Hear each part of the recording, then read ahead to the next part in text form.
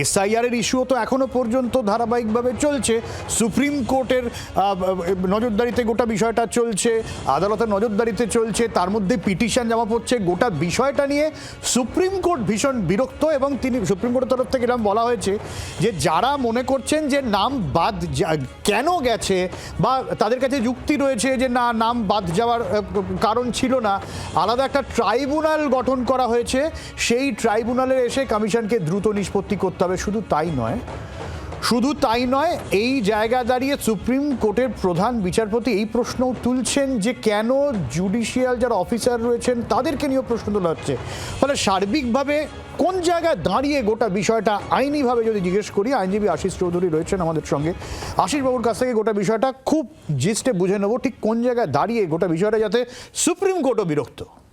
দেখুন, এই এসআইআর নিয়ে যে রাজ্য সরকার এবং নির্বাচন কমিশনের মধ্যে যে একটা মানে স্নায়ুযুদ্ধ চলছে দীর্ঘদিন ধরে, তো সুপ্রিম কোর্ট এটা হস্তক্ষেপ করে একটা সাধারণ মানুষের যাতে রিলিফ হয় এবং এই প্রসেসটা যাতে স্মুথলি হয় সেই চেষ্টাটা বারবার করেছে। এবং বিভিন্নভাবে দেখেছি যে অন্য রাজ্য থেকে যারা এমপ্লয়ি ছিল তাদেরকে নিয়ে আসা হয়েছে এবং তাদেরকে কাজে সন্তুষ্ট না রাজ্য সরকার, সেটাকে চেঞ্জ করে যে জাজ এবং যে যারা জুডিশিয়াল ডিপার্টমেন্টের একটা দায়িত্বে এই প্রক্রিয়াটাকে কমপ্লিট করার চেষ্টা করা হয়েছে এবং সেটাতেও যদি অবজেকশন থাকে তাহলে সুপ্রিম কোর্টে যেটা মনে হয়েছে, যদি জুডিশিয়াল যে সিস্টেম বা জুডিশিয়ালি যদি এটা যখন হস্তক্ষেপ করেছে তার উপর যদি কারো আস্থা না থাকে তাহলে এই সুপ্রিম কোর্ট কি করতে পারে, সেখানেই বিরক্তি প্রকাশ করেছে। আর দ্বিতীয় ইস্যু হচ্ছে যে এই যে ট্রাইব্যুনাল, সেই ট্রাইব্যুনালে যে গঠনের ব্যাপারটা আমরা দেখেছি যে 323A এবং B-তে প্রভিশন আছে যে ট্রাইব্যুনাল তৈরি করা যায় এবং সেখানে একজন রিটায়ার্ড জাজকে সেখানে বিচারপতি নিয়োগ করা যায়। এবং কারণ এটা করার উদ্দেশ্য হচ্ছে যে একটা এসছে 1985 যে ট্রাইব্যুনাল একটা আছে, সেখানে কিন্তু যে কোর্টের যে বার্ডেন সেটাকে কমানোর জন্য কিন্তু এই ট্রাইব্যুনাল করা হয় যাতে মামলা দ্রুত নিষ্পত্তি হয়। এসআইআর প্রক্রিয়াটাকে স্মুথলি করার জন্য এই ট্রাইব্যুনাল গঠন করা ছাড়া অন্য কোনো উপায় সুপ্রিম কোর্ট মনে করেনি বলে এটা করেছে। এবং আমার মনে হয় এটাতে যদি দ্রুত নিষ্পত্তি মানে করতে হয় তাহলে এই একটা সিস্টেমের খুবই দরকার আছে। অনেক ধন্যবাদ আশিস বাবু আপনাকে। আর এই নিয়ে কল্যাণ বন্দ্যোপাধ্যায়ের কি বক্তব্য শোনাই আপনাদের।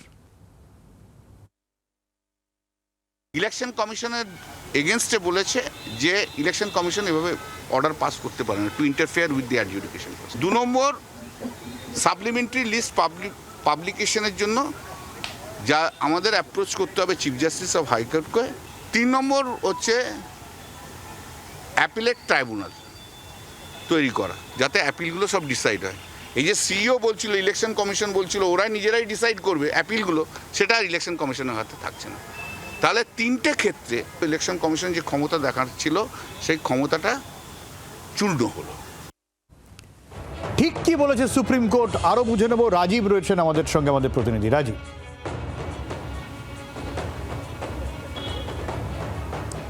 সব্যসাচী, দেখো, যদি এক কথায় বলতে হয় তাহলে কিন্তু বলতে হবে যে নির্বাচন কমিশনের হাত থেকে এক্ষেত্রে এসআইআরের যে পুরোপুরি রাশটা কিন্তু চলে যাচ্ছে যে জুডিশিয়ারির কাছে, অর্থাৎ এক্ষেত্রে এই যে ট্রাইব্যুনাল তাদের কাছে।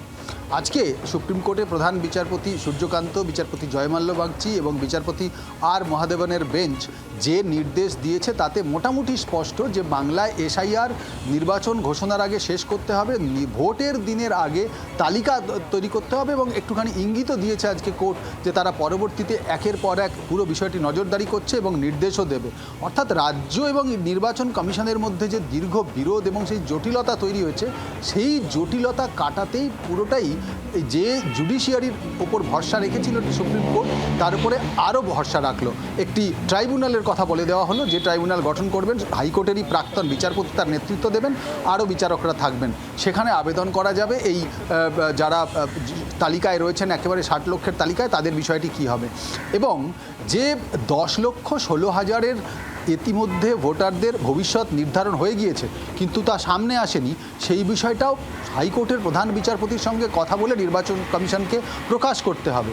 এবং শুধু তাই নয়, হাইকোর্টের প্রধান বিচারপতির নেতৃত্বাধীন এই কমিটি যারা এই ট্রাইব্যুনাল গঠন করবেন তারাই এই যারা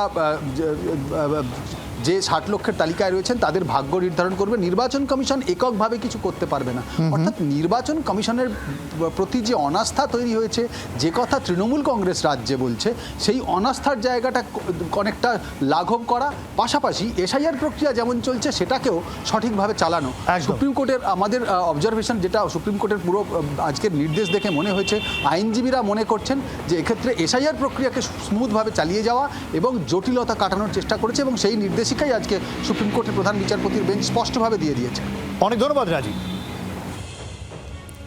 16 থেকে 18 মার্চের মধ্যে ভোট ঘোষণা হবে কি? জ্ঞানেশ কুমার দিল্লি থেকে ফিরতে এই তৎপরতা, ভোটের দিনক্ষণ ঘোষণা নিয়ে জোর জল্পনা শুরু হয়েছে।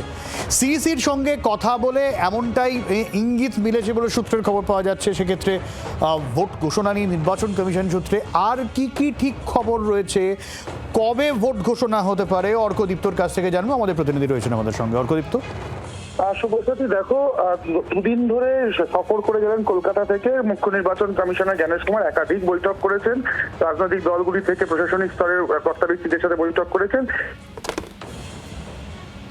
আমরা পাচ্ছি সেটা হচ্ছে 16, 17 বা 18 এই 3 দিনের মধ্যে কোনো একদিন কিন্তু ভোটের নোটিফিকেশন হয়ে যেতে পারে।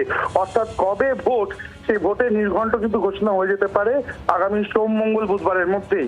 অর্থাৎ রবিবার, 15 তারিখ হচ্ছে রবিবার, তা এই সপ্তাহে তার মানে হচ্ছে না। সেক্ষেত্রে 16, 17, 18 মধ্যেই কিন্তু ভোট ঘোষণা হয়ে যাবে বলেই কমিশন সূত্রের খবর। অনেক ধন্যবাদ অর্কদীপ্ত।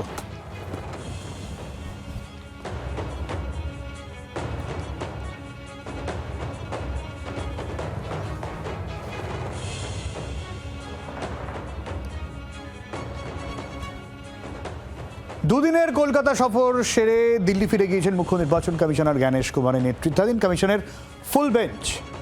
আর জ্ঞানেশ যখন কলকাতায় পা রাখেন, 48 ঘন্টা আগে থেকেই ধর্মতলা মেট্রো চ্যানেলে ধর্না শুরু করেছিলেন মুখ্যমন্ত্রী মমতা বন্দ্যোপাধ্যায়।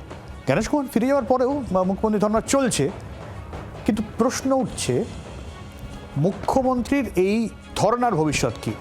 আসবো ভবিষ্যৎ প্রশ্নে, তবে তার আগে নাম না করে জ্ঞানেশ কুমারের বিরুদ্ধে কি অভিযোগ তোলা হয়েছিল একবার শোনাই।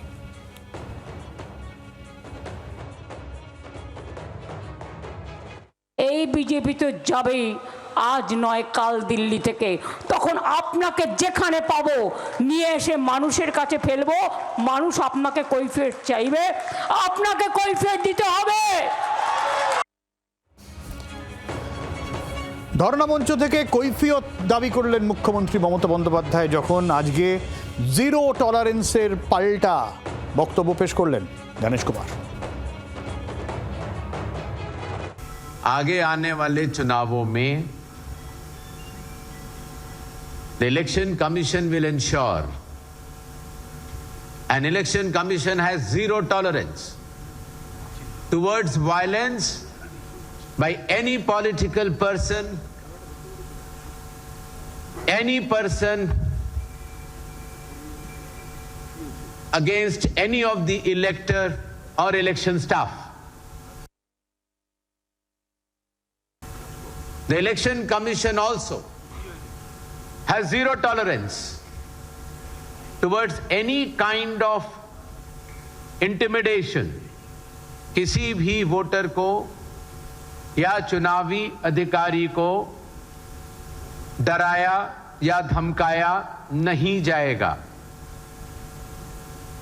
और जो भी इस प्रक्रिया में संलिप्त पाया जाएगा उसके खिलाफ सख्त से सख्त कार्रवाई चुनाव आयोग करेगा। আমাদের সঙ্গে রাজনৈতিক বিশ্লেষক সুকান্ত ঘোষ রয়েছেন। সুকান্তবাবু, সংঘাতের মেজাজটাই দু তরফে আরো তীব্র হয়ে গেল নাকি? একদমই। জ্ঞানেশ কুমার নিজেও এসে এখানে পুজো দিতে এসে কালো পতাকা প্ল্যাকার্ড দেখেছেন, এরকম কিন্তু কোনোদিনও হয় না। এবার দেখা যায়নি, এরকম কোনো উদাহরণ নেই। এবং দ্বিতীয় ক্ষেত্রে দেখা যাচ্ছে যে মমতা বন্দ্যোপাধ্যায় জনশুনানির কথা বলছেন, যে মানে শুনানিটা জনশুনানি হবে জ্ঞানেশ কুমারের। মানে এটা মানে একটা সাংবিধানিক স্বশাসিত সংস্থা, সেই সংস্থার প্রধানকে তিনি এইভাবে যখন বলছেন, এবং সেই প্রধানও বলে দিয়েছেন যে কোনো রকম এই মানে যেটা ভোট পরবর্তী হিংসা, কোনো রকম গুন্ডামি, কোনো রকম মানে নির্বাচনকে বানচাল করার চেষ্টা, সেগুলো কিন্তু মানে বরদাস্ত করা হবে না। তাহলে সম্মুখ সমরে কিন্তু একদিকে নির্বাচন কমিশন এবং মমতা বন্দ্যোপাধ্যায়, কিন্তু এই খেলাটা হওয়ার কথা ছিল না।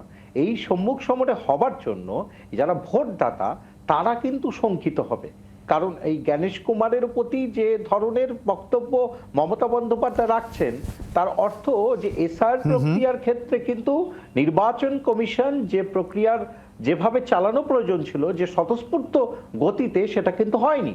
এবার ট্রাইব্যুনালের শরণাপন্ন হতে হবে। তার মানে তুমি বুঝতে পারছো যে নির্বাচন কমিশন সম্পর্কে মানুষের যে বিশ্বাস, তার মূলে তৃণমূল কংগ্রেস আঘাত আনতে চাইছে। মমতা বন্দ্যোপাধ্যায় এটাই চেষ্টা করছেন এবং সেটাতে তিনি কিছুটা হলেও সফল হয়েছেন। কিন্তু অন্যদিক থেকে যখন জ্ঞানেশ কুমারের বক্তব্যে কিন্তু পরিষ্কার ফ্রন্ট ফুটে খেলার একটা চিত্র দেখতে পেলাম, যে ফ্রন্ট ফুটে খেলতে চায় নির্বাচন কমিশন, যে কোনো রকমই ডিসক্রিপেন্সি বরদাস্ত করা হবে না। এবং ভোট, সবচেয়ে গুরুত্বপূর্ণ বিষয় যে পূর্ববর্তী নির্বাচনগুলোতে ভোট পরবর্তী যে হিংসা, তাতে কিন্তু লাগাম দেবার কথা বলেছেন উনি, এবং এটা কিন্তু খুব গুরুত্বপূর্ণ বিষয়। কিন্তু দেখার কতটা কেন্দ্রীয় বাহিনী মানে এরিয়া ডোমিনেশন করে, কতটা তারা সুযোগ পায়, সেটা তো আর সম্পূর্ণ কেন্দ্রীয়। ঠিক, অনেক ধন্যবাদ সুকান্ত বাবু আপনাকে। আমি শ্রেয়সীর কাছে যাব, যে প্রশ্নটা করেছিলাম যে ধর্নার ভবিষ্যৎ তাহলে কোন জায়গায় দাঁড়ালো শ্রেয়সী?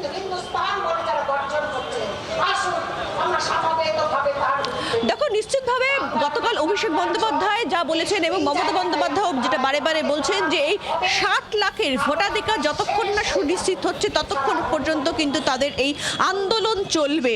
এই আন্দোলন চলবে, পথে আন্দোলন চলবে, সেটা কিন্তু দুজনেরই বক্তব্যে পরিষ্কার হচ্ছে, যে যতক্ষণ না পর্যন্ত এই 60 লাখের ভোটাধিকার সুনিশ্চিত হচ্ছে।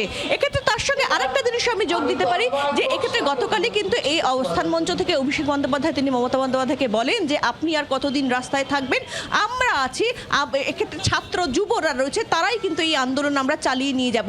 এক্ষেত্রে এই প্রস্তাবও কিন্তু কার্যত, এই বক্তব্য কিন্তু কার্যত তিনি এই মঞ্চ থেকে কিন্তু সেই বক্তব্য তিনি রেখেছিলেন। ফলে সেই জায়গা থেকে দাঁড়িয়ে কিন্তু কার্যত অনেকেই যেটা মনে করছেন, যে এক্ষেত্রে আন্দোলন নিশ্চিতভাবে চলবে। এই 60 লাখের ভোটাধিকার ফেরত না আসা পর্যন্ত, যেরকমটা অভিষেক বন্দ্যোপাধ্যায় বলেছেন যে এই আন্দোলন চলবে। তবে আন্দোলন কি ফর্মে চলবে, এইভাবেই মমতা বন্দ্যোপাধ্যায় ঠিক যেরকম 6 তারিখ থেকে আজ পর্যন্ত যেরকম তিনি রাস্তায় রয়েছেন, তিনি রাত কাটাচ্ছেন রাস্তায়, সেইভাবেই আন্দোলন চলবে, নাকি এক্ষেত্রে মমতা বন্দ্যোপাধ্যায় তিনি দায়িত্ব দেবেন, তারপরে অভিষেক বন্দ্যোপাধ্যায় বা তৃণমূলের ছাত্র যুব সংগঠনরা তারা এইখানে অবস্থান চালাবে? সেই সামগ্রিক সমস্ত বিষয় কিন্তু মমতা বন্দ্যোপাধ্যায় চূড়ান্ত সিদ্ধান্ত নেবেন। তবে গতকাল অভিষেক বন্দ্যোপাধ্যায় তাকে বলেছেন যে এক্ষেত্রে এইভাবে এতদিন রাস্তায় থাকা তার ঠিক নয়। সেক্ষেত্রে তিনি আছেন, ছাত্র যুবক তারা প্রত্যেকেই আছেন। ফলে সেই জায়গা থেকে তিনি বলেছেন যে এক্ষেত্রে এতদিন রাস্তায় থাকা ঠিক নয়, এমন কথা কিন্তু তিনি মমতা বন্দ্যোপাধ্যায়কে বলেছেন। তবে চূড়ান্ত সিদ্ধান্ত কিন্তু নেবেন মমতা বন্দ্যোপাধ্যায় নিজে। বাংলার আওয়াজ, বাঙালির আবেগ, জি 24 ঘন্টা।